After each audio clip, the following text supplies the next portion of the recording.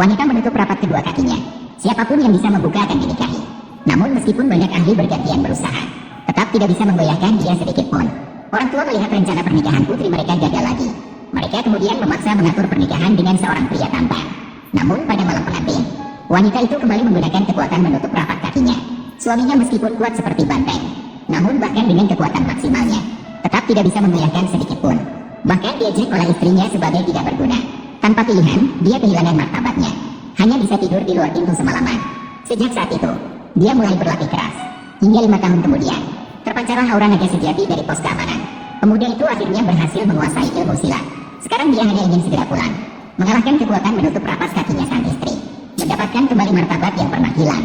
Namun saat itu, tiba-tiba ada siaran berita di televisi, mengatakan bahwa dewa jahat dari 4 negara membawa pasukan untuk menyerang negara Daxia. Daxia terus menderita kekalahan dalam pertempuran. Mereka melihat negara mereka hampir hancur. Untuk menguji kekuatan ilahi mereka, pemuda itu tiba di medan perang dengan menunggang keledai kecil.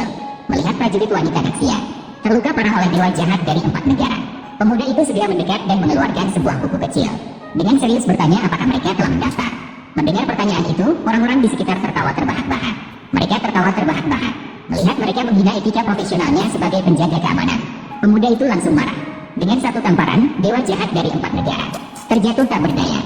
Prajurit wanita di sampingnya senang sekali saat dia meminta pemuda itu untuk bertindak, mengatasi para penyerang.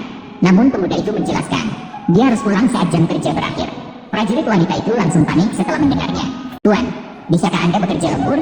Kami meminta Anda untuk mengalahkan 4 raja besar. Daxia berhutang budi pada Anda. Mau apa saja, silahkan katakan. Tidak mungkin lembur. Waktunya pulang, agar bisa menjaga kehidupan normal. Lagi pula, aku harus pulang. Aku harus masak untuk istriku. Lanjutkan saja. Tuan Qin, maaf, apakah istrinya? Namanya Sumuling. Sampaikan perintah saya. Segera promosikan Sumuling sebagai pemimpin pasukan. Memimpin 10.000 pasukan. Ya. Melihat sikap lawan begitu tulus, bahkan membuat istri yang seharusnya hanya petugas logistik naik 8 tingkat sekaligus, maka sang pemuda dengan enggan melanggar aturan dengan lembur. Saat dia hendak menyerang penyerang, keempatnya malah berlutut memohon ampun, berjanji akan tunduk pada pemuda di masa depan, dan memberikan wilayah dan pembayaran ganti rugi sampai kerajaan Daxia puas.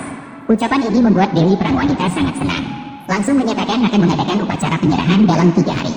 Mengadakan upacara penyerahan untuk memenangkan hati sang pemuda. Dia bahkan menunjuk istri sang pemuda, Sumuling, sebagai perwakilan negara Daxia menandatangani penyerahan.